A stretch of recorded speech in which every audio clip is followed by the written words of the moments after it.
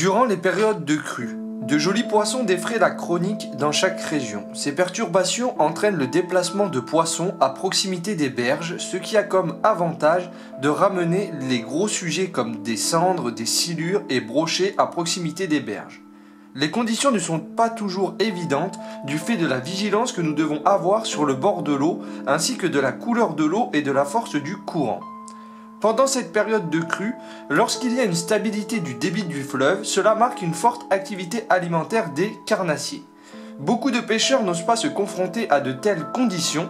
Il convient d'utiliser des leurres avec un fort contraste sur les leurres à faible vibration pour que les poissons puissent le discerner.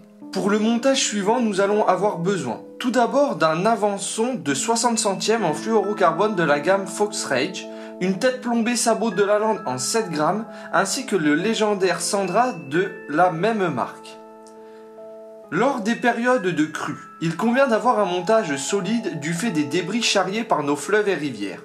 La gamme Fox Rage a créé des leaders en fluorocarbone disponibles en 3 diamètres, 60 centièmes, 75 centièmes et 90 centièmes, afin d'affiner au mieux vos montages pour leurrer plus facilement les carnassiers recherchés.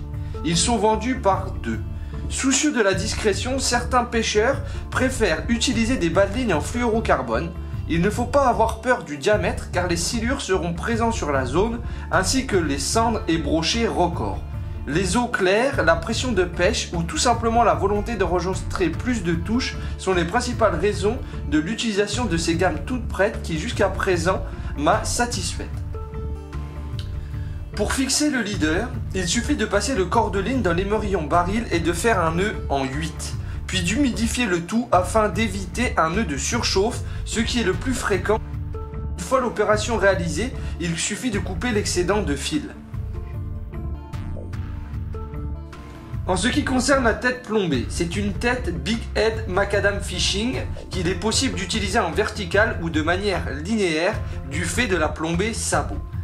Nous l'utilisons en 7 grammes avec un hameçon numéro 2.0 ayant les caractéristiques d'un hameçon japonais.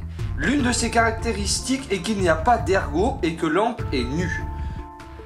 Le Sandra est un leurre souple mythique pour certaines générations de pêcheurs et facilement reconnaissable par son corps trapu et surtout sa queue percée, longue et courbée qui s'anime avec le moindre courant.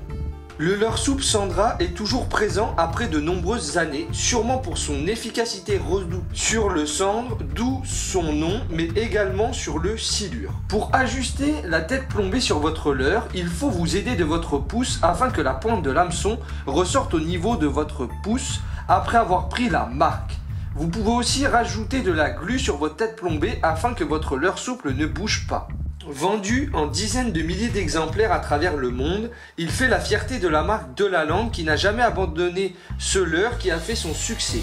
Décliné en plusieurs tailles qui sont 9 cm, 12, 16, 23 et en plus de 40 coloris différents. On retrouve également le leurre Sandra pour la pêche en mer et plus particulièrement pour la pêche au bar. Il provoque une réelle attirance chez ce dernier. Il suffit ensuite d'attacher votre leurre à l'émerillon contenu sur le leader et le tour est joué. Le fluorocarbone vous permettra de pouvoir vous sentir plus en sécurité sur des zones où les casses sont fréquentes sur de jolis sujets. Lorsque la crue bat son plein, les poissons ne peuvent pas rester toute la journée à lutter contre le courant, parfois puissant de nos rivières et fleuves. Le jeu consiste alors à trouver le poisson qui se retrouve dans des zones abritées du courant. Cela peut être une fosse profonde, à la pente bien marquée, une avancée de la berge et bien sûr un des nombreux bras morts que l'on peut trouver un peu partout sur les grandes rivières.